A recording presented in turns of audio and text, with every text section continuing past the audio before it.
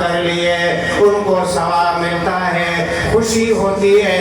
میرے نبی نے فرمایا ہاں ملتی ہے، بلکہ مزید فرمایا آپ ایک زندہ دوست کسی دوست کو تحفہ دینے جاتا ہے، وہ دوست اس کو ہدیہ دیتا ہے، تحفہ دیتا ہے، سامنے والا دوست لیتے ہوئے خوشی کا اظہار کرتا ہے، شکریہ ادا کرتا ہے۔ میرے نبی فرماتے ہیں آپ کے ایصال ثواب کیا ہوا جو بھی ثواب ہے، جو بھی بخشش و مغفرت ہے، یہ ملائکہ جب میت کو پہنچاتے ہیں، یہ دنیا کا دوست تحفہ لیتے ہوئے خوشی کا اظہار کرتا ہے، فرحت محسوس کرتا ہے۔ وہ قبر والا وہ میت بھی یہ تحفہ لینے کے بعد وہ خوشی محسوس کرتا ہے۔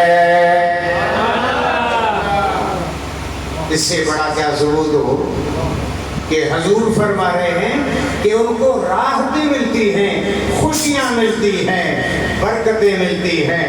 تو اس سے پتہ لگا کہ زندہ کی دعا سے میت کو فائدہ ہوتا ہے، زندہ کے حج سے، زندہ کے عمرے سے، زندہ کی نیکی سے میت کو ثواب درجہ ملتا ہے، پتہ لگتا ہے، بخشش ہوتی ہے۔ عیسیٰ روح اللہ نبی ہے، گزر رہے تھے، قبر بنی ہوئی ہے، نبی کی نگاہ کو مٹی نہیں روکتی ہے، آپ نے دیکھا قبر والا عذاب میں گرفتار ہے، عیسیٰ روح اللہ تشریف لے گئے، تھوڑی دیر کے واپس آئے، پھر جو نظر کی ہے قبر کے اندر عذاب کا تو نام و نشان نہیں ہے، ساری قبر خدا کے نور سے روشن ہے۔ یا ارحم الراحمین، کچھ دیر پہلے میں یہاں سے گزرا، اس قبر والا عذاب میں تھا اور تکلیف میں تھا، یا اللہ اب دیکھ رہا ہوں تو ساری قبر نور سے رحمت سے بھرپور ہے، روشن تا حد نگاہ وسیع ہے۔ رب تعالیٰ نے فرمایا وہ پیارا عیسیٰ روح اللہ یہ جب فوت ہو رہا تھا، ان کی گھر والی کو پیٹ میں بچہ تھا، یہ انتقال ہوا، چند دنوں کے بعد اس کے گھر میں ایک لڑکا پیدا ہوا، بیٹا پیدا ہوا، یہ چھوٹا تھا، دودھ پیتا رہا، یتیم تھا، آج یہ بڑا ہو گیا، سمجھدار ہو گیا، یہ کسی معلم کے پاس بٹھایا گیا، اس استاد نے آج اس کو پڑھایا بسم اللہ الرحمن الرحیم، اس نے بسم اللہ شروع کی، میں نے فرشتوں کو حکم کیا میرے فرشتوں جی رب جلیل، اللہ نے فرمایا جن کا بچہ زمین پر بیٹھ کر مجھے رحمان بھی کہتا ہے، رحیم بھی کہتا ہے، میں خدا ان کے والد کو قبر میں عذاب کروں میری رحمت گوارا نہیں کرتی ہے، اے فرشتوں عذاب کو اٹھا دو، رحمت کے دروازے کھول دو۔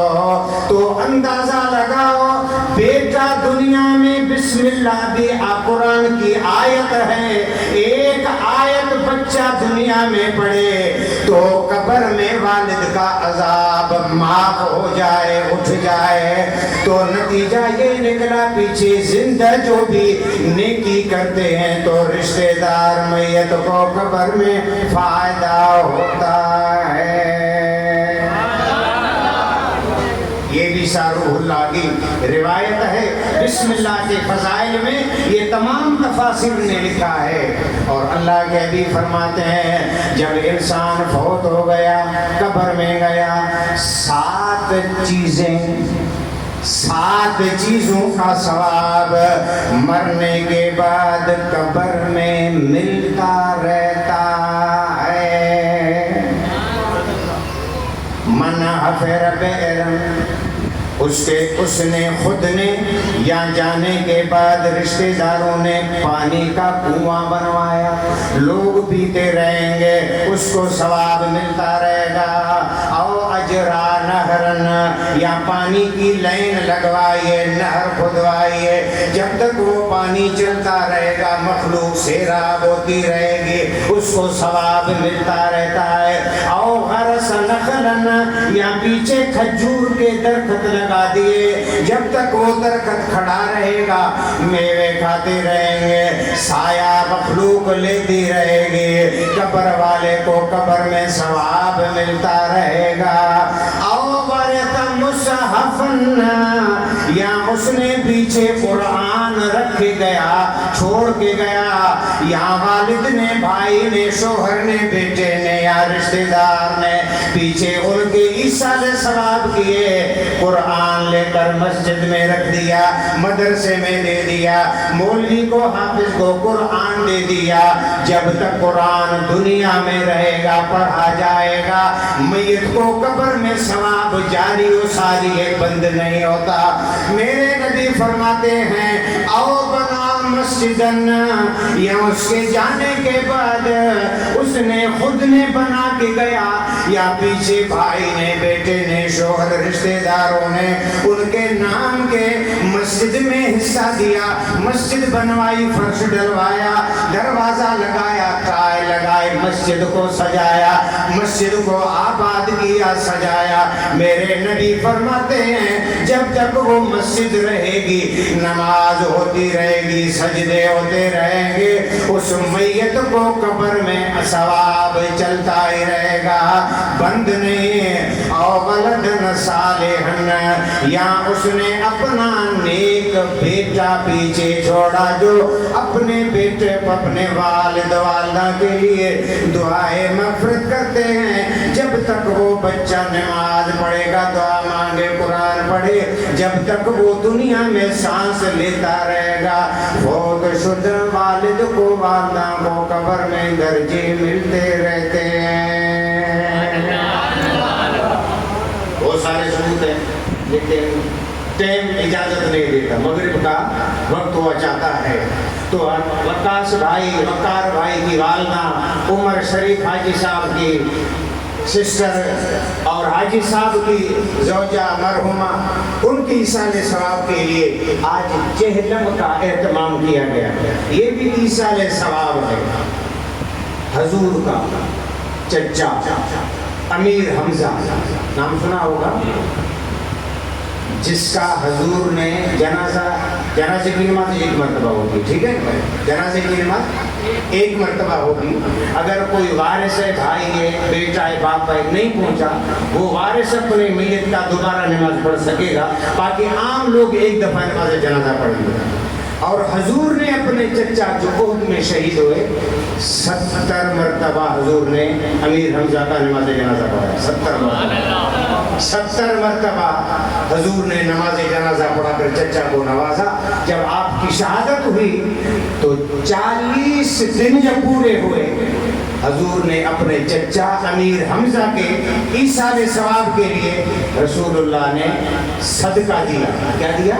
صدقہ دیا۔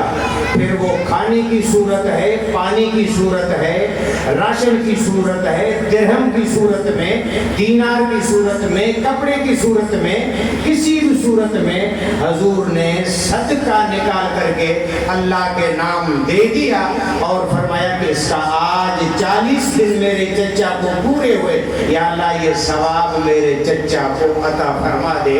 تو چہلم کے موقع پر ایصال ثواب کرنا بھی ایک میرے نبی کی سنت ہے۔ 40 کا جو عدد ہے یہ بڑا پیارا ہے۔ آدمی کی عقل 40 سال میں مکمل ہوتی ہے، انسان 40 سال میں جوان ہوتا ہے۔ ہر نبی نے 40 سال میں اعلان نبوت فرمایا، ہر نبی کو 40 مردوں کی طاقت ملی ہے، رسول اللہ کو 40 نبیوں کی طاقت اللہ نے دی ہے۔ اور بندہ ماں کے پیٹ میں ایک ہی حالت میں 40 دن رہتا ہے، بچہ پیدا ہونے کے بعد 40 دن ماں ناپاک رہتی ہے۔ موسیٰ علیہ السلام کو طور پہ آئے، 40 راتیں آپ نے وہاں پہ عبادت کی ہے، 40 روزے رکھے، پھر اللہ نے تورات عطا فرمایا۔ جب قیامت آئے گی 40 سال تک بارش ہوتی رہے گی، 40 سال کے بعد بارش بند ہوگی، 40 سال کے بعد سور پھونکا جائے گا، 40 سال کے بعد لوگ زندہ ہو کے اٹھنا شروع کریں گے۔ امام شافعی فرماتے ہیں جہاں پر 40 مسلمان ہوتے ہیں وہاں پر جمعہ ان پر پڑھنا لازم ہوتا ہے۔ تو 40 کا جو عدد ہے یہ اللہ کو بھی پیارا ہے، نبی کو بھی اچھا ہے۔ تو 40 کے حوالے سے آج جو ہے بھائیوں نے ایصال ثواب کیا ہے، ان کی روح کو راحت پہنچانے کے لیے یقیناً اللہ انہیں درجہ عطا فرمائے گا۔ آخر میں 2 شعر ماں کے بارے میں ہے کی سونا میں وفا دیا۔ وقار بھائی اور وقاص بھائی تھوڑا تصور میں لائیں کہ ماں کا پیار کیسے ہوتا ہے۔ ہے کہ سونا میں وفا دیا، کی سونا میں وفا دیا، تار دندیا نے دعا دیا۔ اگر ماں سچی دل سے بچے کے لیے دعا کرے دعائیں بچے کو پار لگا دیتی ہے۔ کی سونا میں دو وفا دیا، کی سونا میں وفا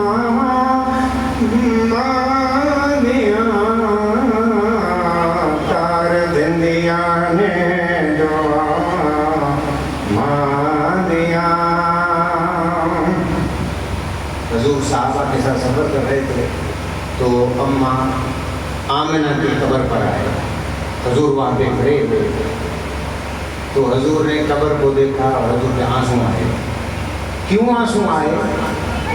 ماں کی وفاداری، ماں کا پیار یاد آیا، ماں کی شفقت حضور کو یاد آئی، تو ماں کو یاد کر کے رونا، آنسو بہانا، یہ بھی نبی کی سنت ہے۔ رو پڑے پیارے محمد مصطفیٰ، جب یاد آیا وفا دیا، جب یاد آیا وفا دیا۔ بھائی دیکھا کیسا بھی نافرمان ہے، بیکار ہے، ناکارہ ہے، رات کو گھر میں نہیں ہوگا، ماں نہیں سوئے گی، بیوی سو جائے گی، بچے سو جائیں گے، گھر والے سوئیں گے، ماں نہیں سوئے گی، جاگتی رہیں گی۔ وہ جب بھی آ جائے، کیوں کہ وہ جب تک وہ گھر نہیں آئے گا وہ ماں نہیں سوئے گی۔ بھائی ہماری ماں تو نہیں سوئے، ہمارا بھائی جاتا تھا تو 12-1 بجے تک نہیں آتا تو ماں نہیں سوئے، جب بھی دیکھو وہ بیٹھی رہی۔ جیسے ہی بھائی دروازے میں داخل پوچھتی بابا اچھی میں آگے میں، ہاں بولا بھی سو جاؤ، بولا ہاں اب تم سو جاؤ۔ ماں کا پیار دے، بیوی سو گئی گھوڑے بیچ کے، بچے سو گئے گھوڑے بیچ کے، گھر والے سو گئے، اندر سے ٹوٹی لگے، خود ہی آئے گا بجائے گا دیکھی جائے گی۔ ماں نہیں سوتی ہے جب تک بچہ باہر ہے۔ لال جگ جب تک گھر آگا نہیں، لال جب تک گھر آگا نہیں، بوئے تیرے دیے نگاہ ماندیا۔ ماں کے گھر دروازے کھول دیے آئے تو پھر میں سو۔ جن کی مائیں ہیں بڑے خوش نصیب ہیں، بولتے ہیں پتا مرے پت جائے، باپ مرے گا بچے رو رو کے پک جائیں گے، بھائی مرے تو بل گھٹے، بھائی 5 بھائی تو ایک انتقال ہو گئے تو ایک بل کم ہو گئے، بھائی کم ہو گئے۔ پتا مرے پت جائے، بھائی مرے بل گھٹے، ماں مرے جب ماں ہوئی تو سارا جب سونا ہو جائے، ماں چلی جاتی ہے تو بچوں کے لیے گھر کا بھرسا ہو جاتا ہے۔ لال جگ تلک گھر آدھارے، بوئے تیرے دی ہیں نگاہ دیا،